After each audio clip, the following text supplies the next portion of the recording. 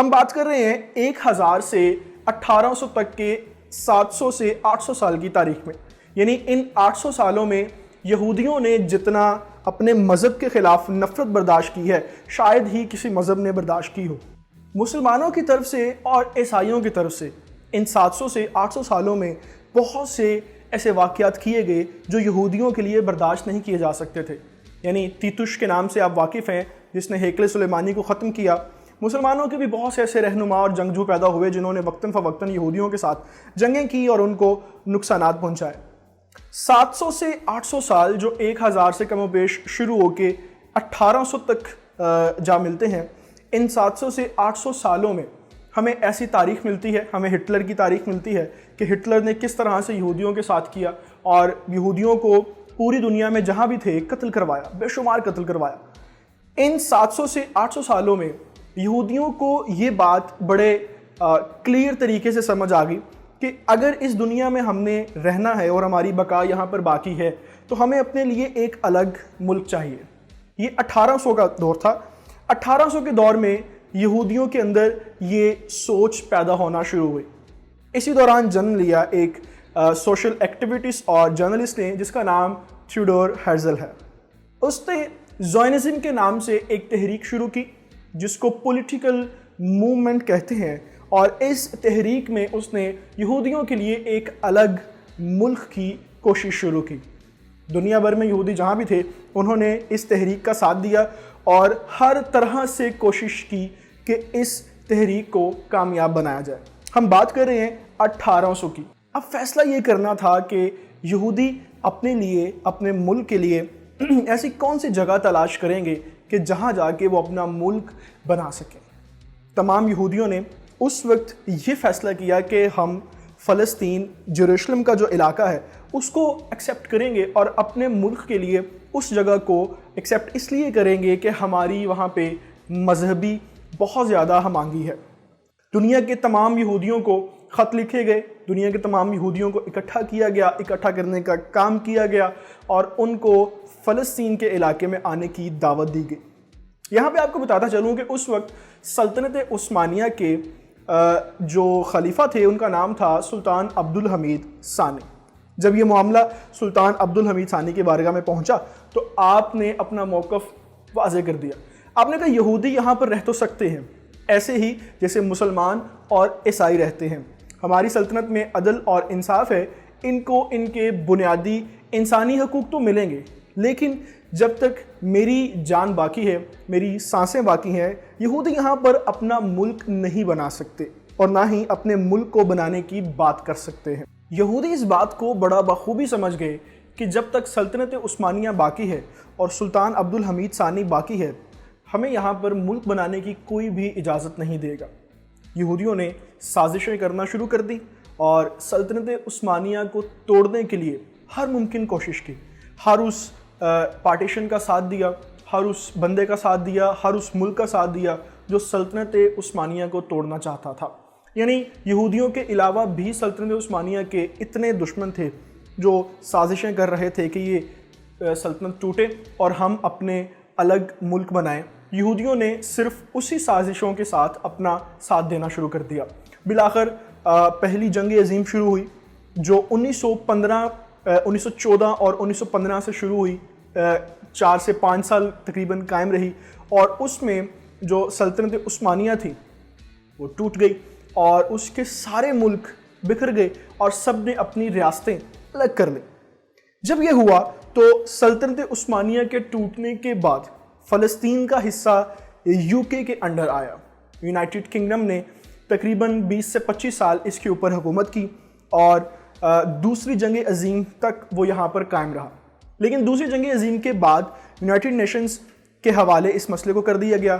You کے نے United nations کو بتایا کہ یہاں پر فلسطین اور اسرائیلی جو دو قومیں آباد ہیں ان کے لیے الگ ملک کی کوئی پیشکش کی جائے اور اس تنازع کو، اس مسئلے کو حل کیا جائے، اور یہ کہہ کے یو کے وہاں سے نکل گیا۔ یونائٹڈ نیشنز نے 1948 میں پارٹیشن بل پیش کیا اور اس بل کے مطابق جو عرب قبائل تھے یعنی فلسطینی جو تھے ان کو 45% زمین دینے کا فیصلہ کیا گیا، اور جو یہودی تھے اسرائیلی قوم کے ان کو 55% تقسیم کا فیصلہ کیا گیا، اور ساتھ میں یہ بھی فیصلہ کیا گیا کہ جو جیروشلم کا ایریا ہے، یعنی جہاں پر بیت المقدس اور 2 اور تاریخی مقامات ہیں، اس حصے کو انٹرنیشنل یونائٹڈ نیشنز اپنے انڈر رکھے گا۔ یہ وہ ایریا ہے جہاں 3 مذاہب کے لوگ عبادت گاہ بھی اپنی رکھتے ہیں، اور ان تینوں مذاہب کے لوگوں کی یہاں پر وابستگی بھی ہے، یعنی مسلمان، یہودی اور عیسائی۔ اس تقسیم میں آپ اس لسٹ میں دیکھ سکتے ہیں کہ کچھ ملکوں نے یونائٹڈ نیشن کی اس پارٹیشن کے حق میں فیصلہ دیا، کچھ لوگوں نے اس حق کے خلاف فیصلہ دیا۔ پاکستان بھی ان ملکوں میں سے ایک تھا جس نے اس پارٹیشن رول کو اس کے خلاف فیصلہ دیا، اور بہت سے عرب قبائل نے بھی اس فیصلے کو منظور نہیں کیا۔ یعنی اس کو منظور نہ کرنے کی وجہ یہ تھی کہ عرب قبائل، پاکستان اور جتنے ممالک اس پارٹیشن کو نہیں مان رہے تھے، ان کا یہ ماننا تھا کہ یونائٹڈ نیشنز اور UK نے مل کر یہ سازش کی ہے صرف اس لیے کہ جو اسرائیل بنے گا اس ملک میں اپنے قدم جمانے کے لیے ان کو سپیس زیادہ دی جائے گی۔ 1948 میں اسرائیل کا ملک وجود میں آیا، اور انہوں نے اس ملک کا نام اسرائیل کیوں رکھا اور وہ اپنے آپ کو قوم یہود کیوں کہتے ہیں، یہ ہم آپ کو پہلے ہی بتا چکے ہیں۔ اصل میں یہ وہ تقسیم تھی جو بنیادی وجہ ہے آج کے ان سارے حالات کی۔ یعنی اسرائیل بننے کے بعد 1948 میں پہلی جنگ ہوئی جس کو فرسٹ عرب وار بھی کہتے ہیں، فرسٹ عرب اسرائیل وار بھی اس کو کہا جاتا ہے۔ اس جنگ میں جو عرب ممالک تھے انہوں نے اسرائیل کے خلاف جنگ کی، لیکن بدقسمتی سے اسرائیل یہ جنگ جیت جاتا ہے اور بہت سے علاقوں کے اوپر قبضہ کر لیتا ہے۔ اب حالانکہ ان علاقوں کے اوپر قبضہ کرنا یونائٹڈ نیشنز کی پارٹیشن پالیسی کے بالکل خلاف ہوتا ہے، لیکن چونکہ یہ جنگ کے دوران قبضہ کیا جاتا ہے تو اسرائیلی بھی اس کے اوپر قائم رہتے ہیں اور اپنے موقف کی بھرپور تائید کرتے ہیں۔ ان سارے ایریاز میں ویسٹ بینک کا کچھ علاقہ شامل ہوتا ہے، اور کچھ علاقہ ایجپٹ کا شامل ہوتا ہے، کچھ علاقہ غزہ کا شامل ہوتا ہے۔ اسی طرح سے دوسری عرب وار 1967 میں ہوتی ہے اور تیسری وار 1973 میں ہوتی ہے۔ یہ تینوں جنگوں میں زیادہ نقصان عرب قبائل کو ہوتا ہے، اور اسرائیل ان تینوں جنگوں میں بہت سے علاقوں پر قبضہ کرنے میں بھی کامیاب ہو جاتا ہے۔ 1974 میں فلسطین فیڈریشن آرگنائزیشن کے نام سے، یعنی PLO کے نام سے ایک تنظیم بنائی جاتی ہے فلسطین میں، جو فلسطین کے لوگوں کے حقوق کی بات کرتی ہے، اور اس کو 1974 میں یونائٹڈ نیشن تسلیم کر لیتا ہے کہ یہ ایک ایسی جماعت ہے جو فلسطین کے لوگوں کے حقوق کی بات کرتی ہے۔ 1979 میں پہلی مرتبہ ایجپٹ اور اسرائیل کے درمیان ٹیبل ٹاک ہوتی ہے، امن کی بات ہوتی ہے، اور ایجپٹ 1979 میں اسرائیل کو تسلیم کر لیتا ہے۔ یوں ایجپٹ عرب ممالک میں سے وہ پہلا ملک ہوتا ہے جو 1979 میں اسرائیل کو باقاعدہ ایک ملک تسلیم کر لیتا ہے، اور ان دونوں ملکوں کے درمیان امن معاہدہ بھی ہوتا ہے۔ دونوں ملکوں کے پرائم منسٹرز کو نوبیل پیس پرائز سے نوازا جاتا ہے، اور اس سارے امن کو، اس ساری تحریک کو پوری دنیا پر سراہا جاتا ہے۔ لیکن 2 سال بعد 1981 میں ایجپٹ کے پرائم منسٹر کو اپنے ہی ملک میں کچھ لوگ قتل کر دیتے ہیں، اور قتل کرنے کی وجہ یہ بتاتے ہیں کہ ہمارے پرائم منسٹر یعنی ایجپٹ کے پرائم منسٹر کون ہوتے ہیں، اسرائیل اور قوم یہود کے ساتھ ایگریمنٹ کرنے والے، اور ان کو ایک زمین کا حصہ دینے کا جس کے اوپر انہوں نے ناجائز قبضہ کیا ہے۔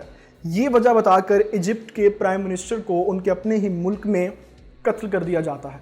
لیکن اس پیس ایگریمنٹ کا ایجپٹ کو ایک فائدہ ہوتا ہے۔ جو فرسٹ اور سیکنڈ عرب وار میں اسرائیل نے ایجپٹ کا ایریا قبضے میں کیا تھا، اس سارے ایریے کو ایجپٹ کو واپس کر دیا جاتا ہے۔ اور اب بات کرتے ہیں 1993 کی، یعنی وہ سال جس سے ہم نے اپنی ویڈیو کا آغاز کیا، اور وہ سال جو اسرائیل اور فلسطین کے درمیان امن لانے والا تھا۔ اس سال کیا ہوا؟ 1993 میں فلسطین کے اندر جو سیاسی جماعت تھی PLO، اس نے اسرائیلی پرائم منسٹر کے ساتھ پیس ایگریمنٹ کیا اور بات چیت کی، اور دونوں ممالک کے درمیان یہ طے پایا کہ یہاں پر امن کے ساتھ اور عزت کے ساتھ دونوں ممالک کی تقسیم ہونی چاہیے، اور دونوں ملکوں کے لوگوں کے لیے انسانیت کے قوانین کو لاگو کرنا چاہیے۔ اور اس پیس ایگریمنٹ کی وجہ سے ان دونوں ملکوں کے پرائم منسٹرز کو بھی نوبیل پرائز سے نوازا گیا اور ان کی اس پیس امن کو پوری دنیا کے اوپر سراہا بھی گیا۔ لیکن ایک سال بعد یعنی 1994 میں اسرائیل کے پرائم منسٹر کو بھی قتل کر دیا جاتا ہے ایک یہودی کی طرف سے اپنے ہی ملک میں، اور اس کی وجہ سیم وہی بتائی جاتی ہے جو ایجپٹ کے پرائم منسٹر کو قتل کر کے ان کے اپنے باشندے نے کہا تھا۔ یعنی یہودی کا یہ کہنا تھا کہ ہمارے پرائم منسٹر کون ہوتے ہیں؟ پی ایل او سے یا فلسطینیوں سے ایگریمنٹ کرنے والے اور ان کے ساتھ امن کی بات کرنے والے۔ یعنی ہم تو چاہتے ہیں کہ پورا ویسٹ بینک کا ایریا، پورا غزہ کا ایریا، پورا فلسطین کا ایریا، ہم اس کو پورے ملک کو ہی اسرائیل بنانا چاہتے ہیں۔ تو یہ کون ہوتے ہیں پیس ایگریمنٹ کرنے والے؟ تو اسرائیل کے اپنے ہی ملک میں اپنے ہی باشندے سے پرائم منسٹر قتل ہو جاتے ہیں۔ یہ وہ سال تھا جہاں پر حالات خراب ہونا شروع ہوتے ہیں۔ جب پرائم منسٹر کا قتل اپنے ہی ملک میں ہوتا ہے تو یہاں پر کچھ دوسرے لوگ ایسے بھی ہوتے ہیں جن کا ماننا اور کہنا یہ ہوتا ہے کہ یہ قتل پی ایل او کے کسی باشندے کی طرف سے کروایا گیا ہے، اور یوں اسرائیلی فلسطین کے اوپر حملہ کر دیتے ہیں، اسٹرائکس کرنا شروع کر دیتے ہیں اور عام لوگوں کو بھی نشانہ بنانا شروع کر دیتے ہیں۔ یہ وہ سال ہے جس سال حماس نامی تنظیم کا آغاز ہوتا ہے۔ یعنی حماس اسرائیل کے اس ظلم اور جارحیت کے خلاف ایک تنظیم بنتی ہے جو ان کو جوابی کارروائی میں نقصان پہنچاتی ہے۔ 2006 میں فلسطین کے اندر عام انتخابات ہوتے ہیں اور حماس جیت جاتا ہے۔ حماس کی تنظیم کے جیتنے کی وجہ شاید یہ بھی ہو سکتی ہے کہ لوگوں کی حماس تنظیم کے ساتھ وابستگی اس لیے بڑھ جاتی ہے کہ حماس کی تنظیم اسرائیل کے ظلم کے خلاف فلسطینیوں کی آواز بنتا ہے۔ جیسے ہی حماس جیتتا ہے، پی ایل او جو کہ پہلی ایک فیڈریشن اور تنظیم ہوتی ہے فلسطین کے اندر، وہ حماس کے خلاف کھڑی ہو جاتی ہے، اور یوں فلسطین کے اندرون اپنے حالات میں ہی سول وار شروع ہو جاتی ہے اور فلسطین کی دو جماعتیں ہی آپس میں لڑنا شروع ہو جاتی ہیں۔ اس جھڑپ کا نقصان ہوتا ہے فلسطینیوں کو، مسلمانوں کو، بالکل ویسے ہی جیسے پاکستان کو اور بنگلہ دیش کو ہوا۔ آج اگر اس میپ میں آپ دیکھ سکیں تو غزہ کا علاقہ ایک الگ سطح پر ہے اور فلسطین ویسٹ بینک ایک الگ سطح پر ہے۔ یہ اس لیے ہے کہ اس جھڑپ میں 2006 کے بعد جو پی ایل او کی آرگنائزیشن تھی وہ ویسٹ بینک کے علاقے میں قابض ہے اور وہاں پر حکومت کرتی ہے، جو میں سمجھتا ہوں کہ برائے نام ہے، یعنی وہاں پر حکومت اسرائیلی ہی ہے۔ اور غزہ میں جو علاقہ حماس کا ہے، اس میں حماس نے اپنی تنظیم بنا رکھی ہے اور حماس وہاں پر حکمرانی کرتا ہے۔ لیکن آج اگر اسرائیل ویسٹ بینک کے اوپر بھی حملہ کرتا ہے، ویسٹ بینک کے لوگوں کے اوپر بھی ظلم کرتا ہے، تو اس کو جوابی کارروائی حماس ہی غزہ سے دیتا ہے۔ آج فلسطینی شاید اور پی ایل او والے شاید یہ سوچنے پر مجبور ضرور ہوں گے کہ 2006 میں جو اپنے لوگوں کے ساتھ ہم نے ظلم کیا اور اپنے علاقے کو توڑ دیا، اگر ایسا نہ ہوا ہوتا تو شاید آج بھی حالات کچھ اور ہوتے۔ لیکن آج حماس جتنا بھی کام کر لے، وہ ایک نارتھ ساؤتھ ایریا میں بیٹھا ہوا ہے، وہ ویسٹ بینک کے اس سارے ظلم کو اس طرح سے نہیں روک سکتا جو اندرونی ایک عام فورس کر سکتی ہے۔ حماس کے آغاز کے بعد اور اسرائیل کے اس ظلم کے بعد 1994 1995 کے بعد آج تک بہت سی مختلف جنگیں ہو چکی ہیں جو سول وارز ہیں، جو بہت سے علاقوں میں جنگیں ہو سکتی ہیں۔ بہت بار ایسا ہوا کہ بیت المقدس پر، مسجد اقصیٰ پر حملے کیے گئے، بہت بار ایسا ہوا کہ حماس کی طرف سے اسرائیل کے اوپر جوابی کارروائی کی گئی۔ لیکن اس ایک عمل کے بعد آج تک 2021 تک یہ مسئلہ، یہ معاملہ حل نہیں ہو سکا۔ میں سمجھتا ہوں کہ اس سارے مسئلے کا حل اب امن کے تھرو ہو سکتا ہے اگر اسرائیلی وہ تمام جگہ چھوڑ دیں جن کے اوپر انہوں نے ناجائز قبضہ کیا ہوا ہے۔ لیکن دیکھنا یہ ہے کہ اس سارے معاملے میں یونائٹڈ نیشن، OIC یعنی آرگنائزیشن آف اسلامک کنٹریز اور پوری دنیا کی جو بڑی اور تنظیمیں ہیں ہیومن رائٹس کی، وہ اس مسئلے کو کس نگاہ سے دیکھتی ہیں اور اس سارے مسئلے کو کس طرح سے حل کیا جاتا ہے، کیونکہ بالآخر انسانیت کی ہی تذلیل ہو رہی ہے۔